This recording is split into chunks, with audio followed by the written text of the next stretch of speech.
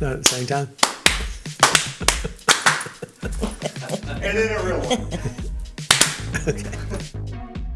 Well, hello, everybody. I'm Ed Kendrick. I'm the pastor at Heartland Church, and this is my lovely wife, Nancy. And for a while now, we have been talking about maybe doing a podcast, just sharing things about life and talking about things that we deal with and we think everybody else deals with too, and just sort of giving our take on it.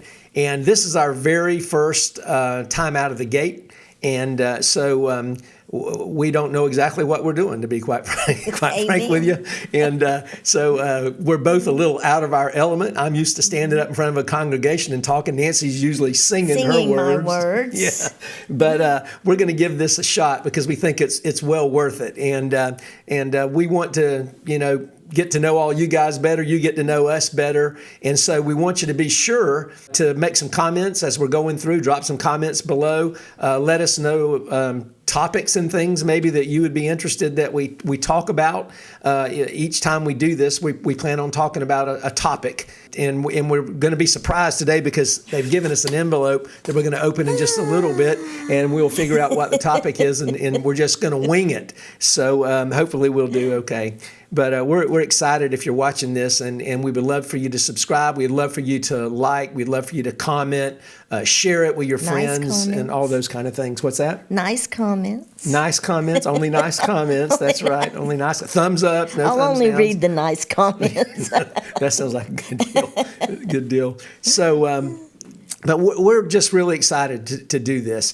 And so I think what we ought to do, I guess the best thing to do is probably get started and just open the envelope. This is the scariest part of this whole thing, is to open an envelope and not to know what you're going to talk about. Or just dive in. Would you like the honors? Would you like the honors?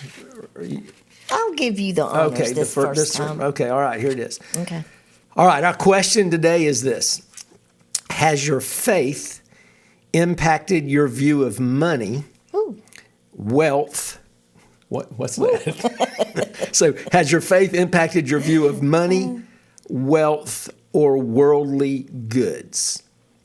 So, I'll say this sort of to kick things off, and when we talk about money at our house quite a bit, I guess probably like everybody else does. I mean, it's a big part of life. Like you make it and I spend it. Yeah, that kind of a deal. That kind of deal. We have those conversations. But affecting us, has our faith affected or impacted our view of money and wealth? Mm-hmm. I think maybe talking about our life before ministry. Mm-hmm. Now, we were Christians, obviously, for a long time. And but I had a different job way back then. Totally different job. And so I worked at the bank, and I had a great job at the bank. And so we were Christians, right? And we've tithed, tithed, and those kind of things.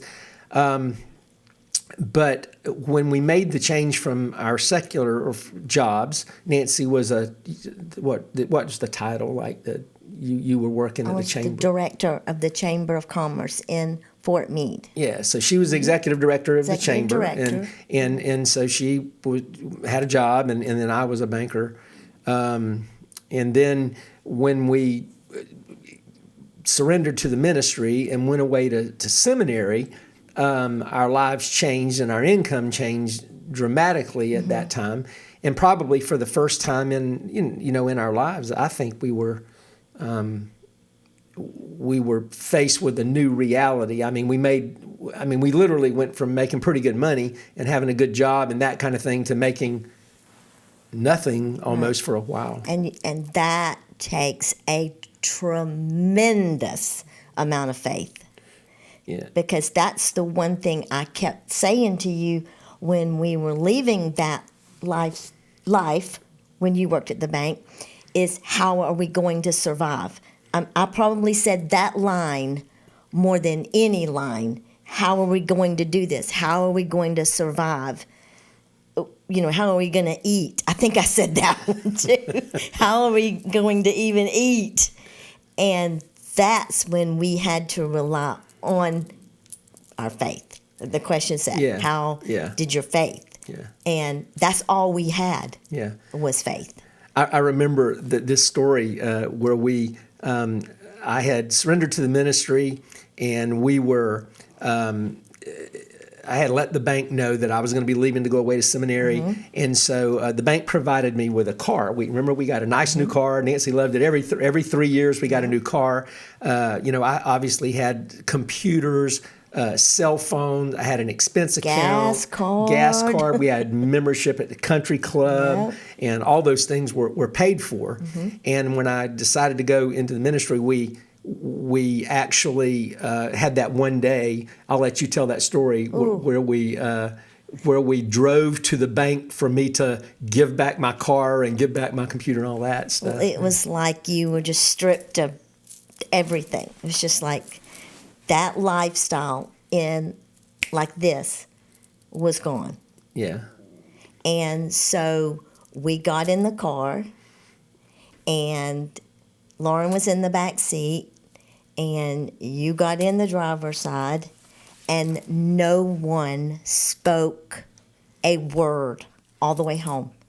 It was total silence from Bartow to Fort Meade. Yeah. No one said a word. Yeah. So it was like reality set in. Yeah.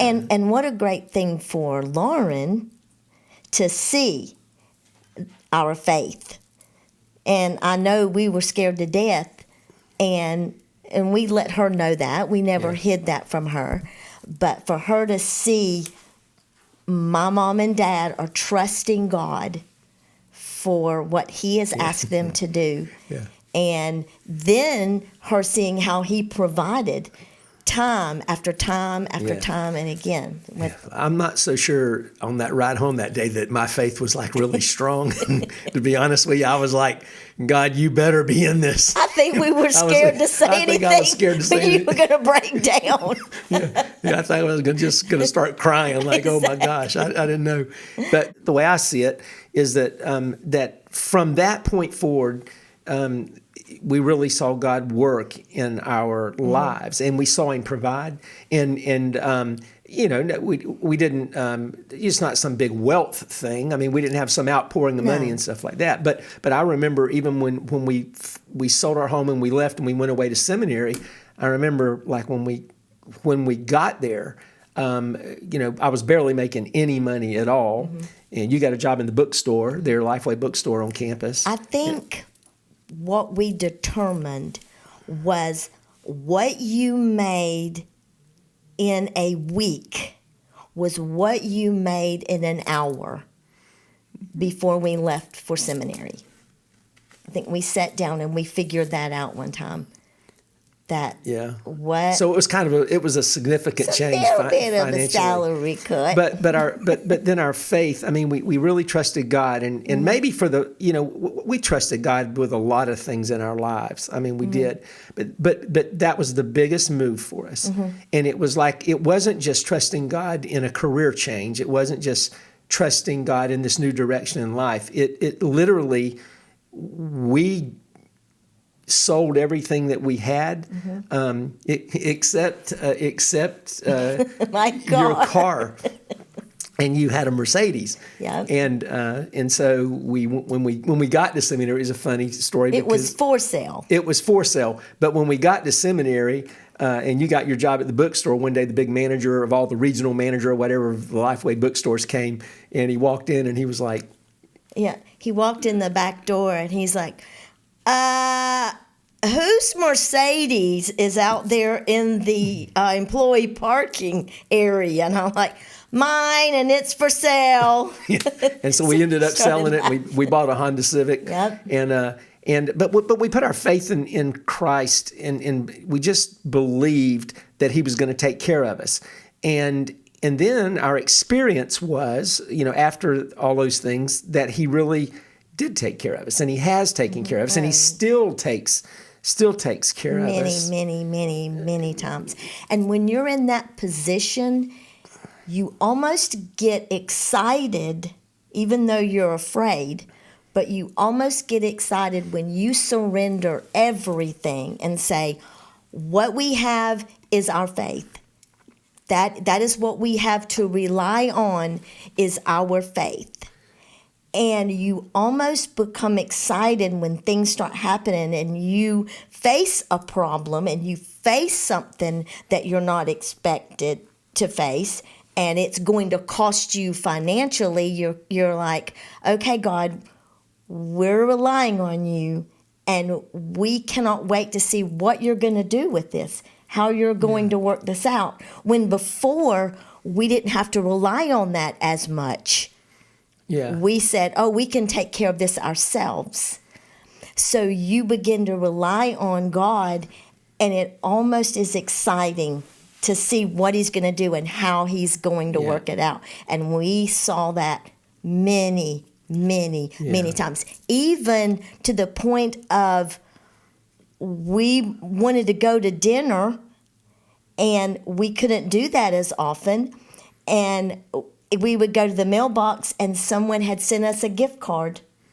Yeah, little things. Little things like that, a gift card to a restaurant. And it's like, God, you even care about those things, those desires that you sometimes meet those as well. Yeah. I think it's helped it's for me personally, it's helped my faith grow.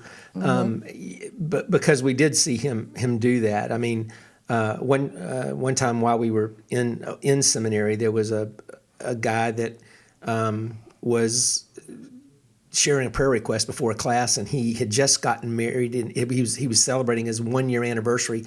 And his wife, they were at seminary. They were completely broke. They couldn't go out to dinner. They couldn't do anything. She was struggling. And I reached in my wallet after class, and I had a gift card someone had sent us for dinner, and I gave them the gift card. Yeah. And it was like a $25 gift card or $50 gift card to Outback or something. Mm-hmm. And I gave them the gift card because I just wanted them to have a good dinner for their anniversary. But that was going to take a dinner away from us because we couldn't hardly afford anything. But I just felt like, well, God's just going to take care of this. Mm-hmm. And I'll never forget walking back from class and going to the bookstore where you were. Right. And then the little post office was right behind the bookstore. Right. And going back to the post office and said, I'm going to go grab our mail. And I went in and got our mail, and I opened our post office. Not one. And someone had sent us two gift cards for the same restaurant. And it was like God said, okay, you were faithful, and so I'm going to give you, twice as much. And even though it was a little bitty thing, it was significant for you and me. And I mean, it made our faith grow. But it makes us say, He's with us. God is with us in all of this, no matter what we're going through or what it is, even that, even a meal. But let me say this: all this sounds great, but that's not to say that even today that there are times when things come along and you get a little antsy. You start going, oh my goodness! It's called heart palpitation. I think that's what I call it. So when those kind of things happen, but then what we do now, I think what we do now, because we talk about this, we spend time. I mean, one of the things that I appreciate a lot is we have this thing we call porch time, and we sit out on our porch a couple times a week, and we talk about the heavy things and about the things that are on our hearts, things that are on our mind. And when we're talking about that, the thing that is that we can look back and we talk about what we're talking about right now. Yeah. And we talk about those stories, and we can see the faithfulness of God in our finances. Right. And so even when something's a little bit scary, or something changes, and we doubt, we can take a breath and we can remember what he's done, what he's done. I think that for me that's a big deal, and I think for everybody that watches this, and if you're listening to us right now, I think that's a really big deal for you, and that's a lesson for us all, is to lean into the times that God has come through. I mean, when you lean into those times when God's come through and when He's been there, and remember that He's the same God, and that sometimes He tests us a little bit, sometimes He allows us to go through things, but He always shows up, and He's always there for us. In the little things and the big things. Because sometimes I'll say to myself, you probably shouldn't pray for that. I mean, I know you can pray for anything because I talk to God like he's my dad. Yeah. You know, but sometimes I'm like, I probably shouldn't pray for that. It seems such a minor little thing. And then I think back on those gift cards. That always comes back to my mind. Like, he is interested in the little things. Yeah. He's interested in all things of our life. He cares about all things. He loves us. We're his kids. Right. So that builds your faith back up too. It does. And you know, another thing too is seasons of life. As we've been doing this a long time now. I mean, Heartland is 2002. So this year is what, make 23 years, 24? 23 years? We stink at math, both of us. But You're supposed it's like, to be the math person. so it's like 23 years roughly that we've been doing Heartland, and all through those years of our ministry, there have been seasons, and you know, there are those seasons when, like, Lauren was young and she was at home, and then when she was in college, and now she's married and she's out on her own doing her own thing. So now we're empty nesters. And so then you have a season where you're just empty nesters and you're doing your thing. And now, you know, I'm at an age where you start looking down the road and you start seeing, you know, one day there's a retirement that's looming. That's not anytime soon in my book, but it's down the road. And you think about those things financially, and sometimes, if we're honest, if we have honest those in which when we're being transparent here, but we have hard conversations about that sometimes at home, because you wonder if it's enough. You wonder, well, will we be able to maintain a lifestyle? Will you be able to do this when you do retire? I mean, those things weigh on us, and we have those conversations now. And so I think it's normal to worry a little bit. It's not and I don't want anybody to think that we don't ever worry about stuff like that. Lord, no. Because we do, but we have faith that God will take care of us. Right. I really believe that.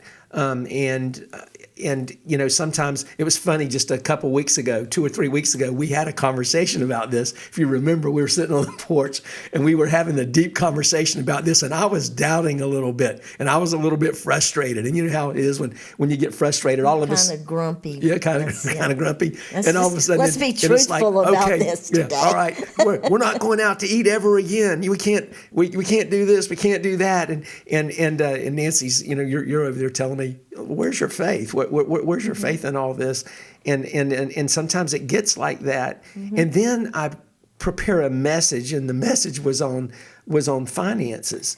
And then I'm looking at my message, and then I'm like having to apologize to God before I go preach my sermon because I'm like, I really messed this up. Yeah, huh? Your daughter's elbowing me and going, I hope Dad's listening to his own sermon today. So that kind of stuff really happens. Yeah. But I think, so, you know, I'm going to remind myself of the question: has your faith impacted your view of money, wealth, or worldly goods? And I'm going to say my answer to that, if I were to give a short answer, has my faith impacted it? I would say, for me, absolutely, positively. Right. How about you? Oh, 100%. Yeah. I mean, you know, we view things differently. We hold things, or at least I think, more lightly. I know the conversations we have as husband and wife, and we've been married 45 years this year, right? So, yeah, that's a long time. And so, Think about your math again. 46 years this year. Yes. Well, I didn't mean it like the coming up. I mean, this year we're 45 years. I'm trying to get out of this. No. but this year is 46 years. Okay, this November. So, but we've been married a long time, and I think that we hold things more loosely. And you know, so many things financially that years ago, before we have grown in our faith, before we've learned things, I think we held things more tightly and worried about things more. There were a lot more conversations about that. I think now the conversations tend to end up exactly where we are right now, and that is, God's going to take care of us. Right. And we believe that and we trust that. I think that's good. And that helps you relax. Yeah. And enjoy what time we have left. Yeah. We can trust God and not worry. Yeah. Yeah, I think I think that's really true, and you can slow down a little bit, and then I think that our faith has impacted us. I mean, in a big way, regarding all of that kind of stuff, Yeah. and maybe what we've said today has impacted you, and maybe you'll take away something from it. I mean, like closing comments on all of this. What do you is there? If you were to give someone some advice, now don't say "woo" like that. You give me advice all the time. So just if you were to give someone advice regarding their faith and their finances, what would you say?